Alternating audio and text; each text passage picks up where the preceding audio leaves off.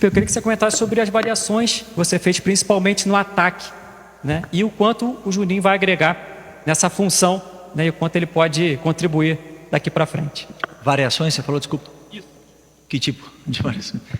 Primeiro tempo, né? Tendo o Bruno Henrique com o Plata atacando bastante espaço, depois ali com o Juninho um pouquinho mais centralizado, por favor. Ok. Primeiro foi um grande jogo, onde os jogadores tiveram uma atitude excepcional. A torcida aqui em Brasília sempre nos recebe muito bem e fiquei muito feliz pela obediência tática dos jogadores, pela consciência tática deles também. É um momento de entender, de apoiar, vir no jogo apoiado, é um momento de atacar o espaço. Fizeram isso à perfeição. As variações, elas acontecem muitas vezes porque são jogadores muito polivalentes, versáteis e conseguem se adaptar a qualquer tipo de jogo e de pressão, né? Então elas vão acontecendo durante o jogo. O Volta Redonda também foi se adaptando durante o jogo e a gente conseguiu atacar bem contra a linha de 4, contra a linha de 5 e foi um jogo bem sólido da nossa equipe. Felipe, tudo bem? Boa noite. Gabriel. Desculpa, faltou do Juninho, né? Desculpa. O Juninho, sabemos o jogador que ele é, o que ele pode nos ajudar, né, nesse modelo de jogo. Sabemos as características desse jogador, o perigoso que ele é para o nosso ataque e para a defesa dos adversários. Quando ele joga, e estamos felizes de que hoje ele pôde ter os primeiros minutos com a camisa do Flamengo. Sempre é um momento especial. Eu lembro minha estreia, então sempre falo, né, que primeiro jogo ele é muito especial. O teu telefone ele fica cheio, né? E ver ele com a camisa do Flamengo, dando a vida como deram todos os seus companheiros, eleva o nível desse grupo.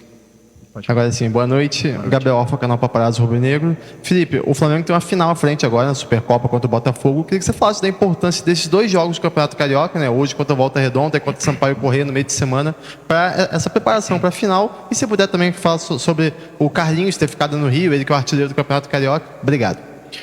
O Campeonato Carioca, na verdade, a gente está ainda acabando a pré-temporada. Foram 2 semanas praticamente de treinos, onde hoje, né, 5 jogadores tiveram que jogar 90 minutos. Não era o ideal, porque existia uma progressão de 45, 60 minutos e agora 90. Mas são jogadores que se cuidaram muito, que estão muito bem fisicamente, que não tem nenhum problema por disputar esses minutos, né? Então acredito que seja um jogo bom para primeiro pelo nível do adversário, que foi campeão da Série C, e pela final que nós temos pela frente. Então é um jogo bom para se preparar. E agora, conforme vierem os próximos jogos do Carioca, a gente assimilar cada vez mais esse modelo de jogo, os jogadores entenderem cada vez mais a ideia, os detalhes que tem nesse modelo, para a gente poder evoluir cada vez mais e ser um time cada vez mais difícil de ser pressionado. O Carlinhos ficou no Rio. Agora eu optei por trazer esses jogadores. Eles entraram de férias antes do tempo para poder jogar esses 4 jogos do Carioca. Fez 3 gols nesses jogos. Um jogador que a gente já sabe as qualidades que ele tem. E a partir daí agora nós vamos decidir quais decisões nós vamos tomar. Boa noite, Felipe. Boa noite. Mônica Alves, do Coluna do Fla. Parabéns pela vitória. Você ligou para o Juninho e teve participação decisiva para convencer o atacante a jogar no Flamengo. Como estão sendo, né, os contatos com o Danilo e o que você tem falado com ele? Falei com o Juninho por telefone e o que eu falei para ele, eu falo para todos os jogadores sempre que eu começo a trabalhar, que eu não tenho compromisso com ninguém. É a primeira coisa que eu falo, e eu não prometo para ninguém que vão chegar aqui e ser titulares. Eles que têm que conquistar o lugar deles no time com bons jogos, com rendimento no campo, né? Então esse foi meu papo com o Juninho, e o Danilo não é jogador do Flamengo. Então eu não posso falar de um jogador que não é do Flamengo. Okay? Felipe, aqui. Rodrigo Ramos, RN, canal Time Web Sports também. Estou olhando aqui as estatísticas, né? O Flamengo teve 75% de posse de bola, 738 passes, 89% de acerto no passe. Está no começo da temporada. O que você tem a dizer sobre isso, né? Um time que está jogando do jeito que você terminou a temporada em cima, né? Aqui o adversário teve 3 chutes, né? E não foram ao gol. Então, como é que você avalia esse jogo? E também eu queria perguntar uma pergunta mais. Como é que você viu o Arrascaeta? Caiu bem com a camisa 10? Vamos lá, o jogo foi um jogo onde a gente teve uma imposição muito grande. Dominamos o jogo praticamente em todo momento e não paramos de tentar atacar o gol adversário. Eu pedi algumas coisas para eles específicas essa semana, que a gente precisava melhorar em decorrência do jogo anterior contra o São Paulo, onde foi o nosso primeiro jogo, perna pesada, time misto, e jogadores ainda se conhecendo essa química e melhorando essa química entre eles. Mas hoje já vi muita coisa do que eu espero da equipe, né? Então, primeiro dizer do time foi que eles desfrutaram, eles conseguiram se divertir com a ideia. Então, primeiro é isso que eu falei antes. Eles compraram a ideia, a atitude deles dentro do campo foi exemplar, foi excepcional. Todos eles obedeceram taticamente, teve uma obediência tática muito grande. Isso levou o time a ter uma facilidade na saída de bola, nas progressões das jogadas, e eles acabaram se divertindo com isso. Tiveram a bola e tiveram paciência para abrir essa defesa do Volta Redonda, que muitas das vezes estavam muito fechados e muito baixas, e era uma coisa que eu vinha pedindo. Então eu vi evolução nesse sentido, mas em nenhum momento o time parou de atacar o gol adversário e de pressionar. Agora, temos coisas que evoluir ainda e vamos tentar continuar em eterna evolução, nunca paramos de aprender.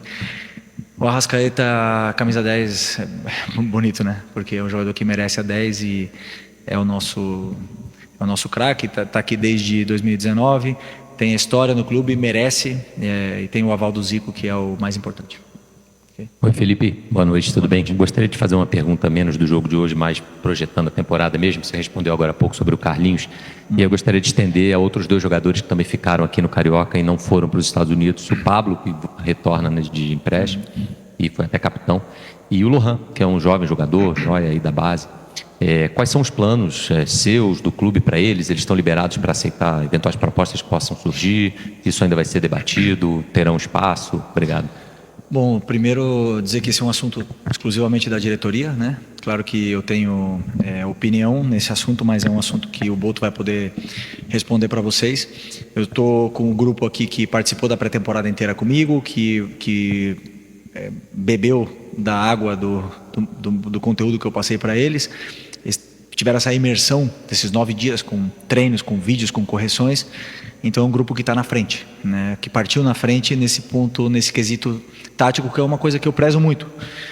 É inegociável que os jogadores façam e cumpram as suas funções, as que eu peço para eles. Então, esses jogadores não estiveram comigo, e a partir daí a diretoria com certeza vai se reunir, vai conversar e vai conversar comigo também para a gente tomar a decisão do que vai ser deles. Eles são jogadores do Flamengo, enquanto eles são jogadores do Flamengo, eles têm todo, como é que eu falo, o direito de estar com a gente aqui e participar do grupo, mas isso aí é um assunto totalmente do Boto. Tá? Felipe Luiz, tudo bem? Mel Carolino do Correio Brasiliense. Queria saber de você, Flamengo joga na base do perde e pressiona, como manter esse estilo de jogo num campeonato tão repleto de competições? Desculpa, pode repetir, do perde e pressiona? Sim, tudo bem. É o estilo de jogo do Flamengo no perde e pressiona. Como manter esse estilo de jogo com uma temporada tão cheia de competições, o calendário? Ok. Eu não diria perde e pressiona, eu diria um jogo pressionante, né? A gente tenta não perder, né? Mas e ter o controle do jogo com a bola e tentar sempre pressionar o adversário, porque é um modelo de jogo que a torcida exige, né? O próprio torcedor, ele não se sente identificado com um time que não pressiona, um time que não tenta ser protagonista no jogo. Então, vai ser possível sempre? Provavelmente não. A gente joga contra adversários que também têm bons planos de jogo, vão estudar nosso time, vão tentar fazer grandes jogos contra a gente. Tem jogadores com muita qualidade que são difíceis de ser pressionados, mas eu acredito não,